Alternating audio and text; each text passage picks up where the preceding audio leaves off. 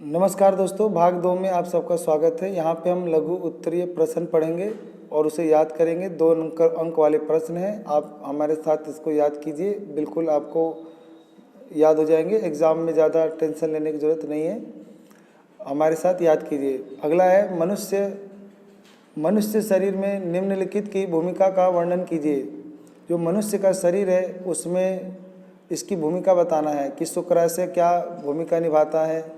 उसके बाद आपको बताना है कि प्रोटेस्ट ग्रंथि क्या भूमिका निभाता है। सही है, तो ये आप जानते ही हैं। शुक्राशय और प्रोटेस्ट ग्रंथि ये दोनों मिलकर नर जनन तंत्र में उपस्थित होती हैं। ये नर जनन अंग में उपस्थित होती हैं। शुक्राशय और प्रोटेस्ट ग्रंथि अपने स्रावों को शुक्रवाहक में डालती हैं, जो वृषणों से शुक्राणुओं को लाते हैं। शुक्राशय और प्रोटेस्ट ग्रंथि के स्राव शुक्राणुओं को पोषण प्रदान करते हैं। ये बहुत जरूरी लाइन है कि शुक्राशय और प्रोटेस्ट ग्रंथि दोनों अपने जो भी स्राव छोड़ते हैं उससे शुक्राणुओं को ये पोषण देते हैं और उनके आगे अभिगमन को भी आसान करते हैं, ताकि वो आसानी से गर्भ में तैर सकें, गर्भाशय में तैर सकें या अंडवाहिका में तैर सकें और उनका मिलन हो सके अंडाणु के साथ। निम्नलिखित पदों को समझाइए। रोपण क्या होता है और प्लेसेंटा क्या होता है। तो रोपण आप जानते ही हैं, खेती में इस्तेमाल होता है, जिसके अंदर हम शरीर के भागों से पौधे उगाते हैं। प्लेसेंटा आप जानते ही हैं, ये गर्भ में होता है। ये भ्रूण का पोषण प्रदान करता है और ग्लूकोज, ऑक्सीजन और शिशु के जन्म में हेल्प करता है। अगला है स्वयं परागण तथा पर परागण में क्या अंतर है। स्वयं परागण और पर परागण में क्या अंतर है। पहले रोपण और प्लेसेंटा वाला भी पढ़ ही लेते हैं। ये रहा रोपण। भ्रूण अपने पोषण एवं श्वसन के लिए गर्भाशय की भित्ति के साथ जुड़ जाता है, तो इस प्रक्रिया को रोपण कहते हैं। अगला है प्लेसेंटा। यह एक विशिष्ट ऊतक है जिसके द्वारा भ्रूण गर्भाशय की भित्ति से जुड़ता है। इसी के द्वारा भ्रूण गर्भाशय की भित्ति से अपना पोषण तथा श्वसन करता है। अगला है मानव सगर्भता की औसत अवधि लगभग 270 से 280 दिन होती है। प्रश्न था कि मानव सगर्भता की औसत अवधि कितनी होती है, तो आपको याद करना है 270 से 280 दिन। अगला प्रश्न है स्वयं परागण और पर परागण में क्या अंतर है। कोई 4 अंतर लिखो। स्वयं परागण क्या होता है। परागण उसी फूल के दूसरे फूल पुष्प के वर्तिकाग्र पे पहुंच जाए तो इसे स्वयं परागण कहते हैं। और पर परागण क्या होता है। परागण किसी दूसरे पौधे के पुष्प के वर्तिकाग्र पे पहुंच जाए तो उसे पर परागण कहते हैं। परागण जब दूसरे पुष्प के वर्तिकाग्र पे पहुंच जाए तो उसे पर परागण कहते हैं। पुष्पों के नष्ट होने की संभावना कम होती है, पराग कणों के नष्ट होने की संभावना कम होती है स्वयं परागण में, और पर परागणों में नष्ट होने की संभावना अधिक होती है। अगला है इन क्रियाओं में उत्पन्न बीज अधिक स्वस्थ नहीं होते। इस क्रिया से उत्पन्न बीज अधिक स्वस्थ होते माना गया है। इस क्रिया से नई जातियाँ उत्पन्न नहीं होती और इस क्रिया से नई जातियाँ उत्पन्न होती हैं, जो विकास का चरण है। अगला है हमारा प्रश्न, परागण क्या है और किस प्रकार होता है। पुकेसर पुष्प में नर जननांग होता है। पुकेसर के पराग कोश में परागकण होते हैं जिनमें नर युग्मक होते हैं। अंडप पुष्प में मादा जननांग होता है। अंडप के अंडाशय में बीजांड होते हैं जिनमें मादा युग्मक होते हैं।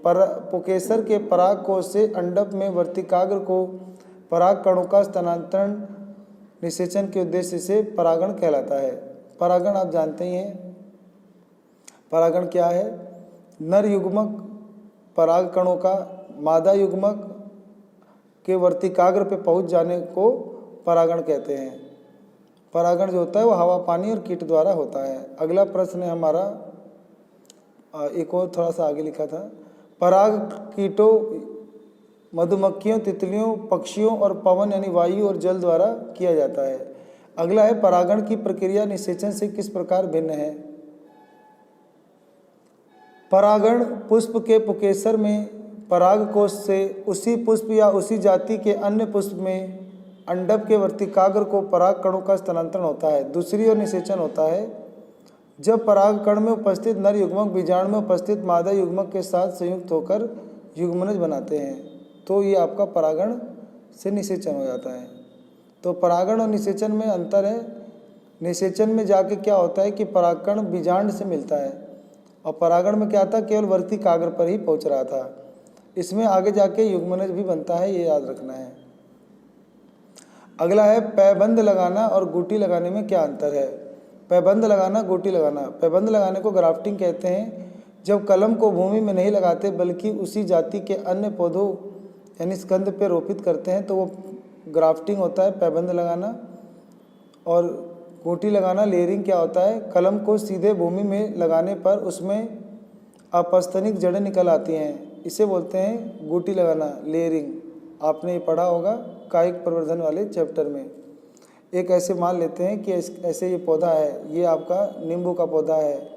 अब ये नींबू का पौधा जो होता है इसकी शाखाएं बहुत लंबी लंबी होती हैं। अब क्या करते हैं कि इसके इसी डाली को ऐसे मिट्टी में यहाँ रोप देते हैं, तो मिट्टी में ऐसे इसकी डाली खींच के ऐसे मिट्टी में रोप देते हैं तो यहाँ से जड़ें निकल आती हैं।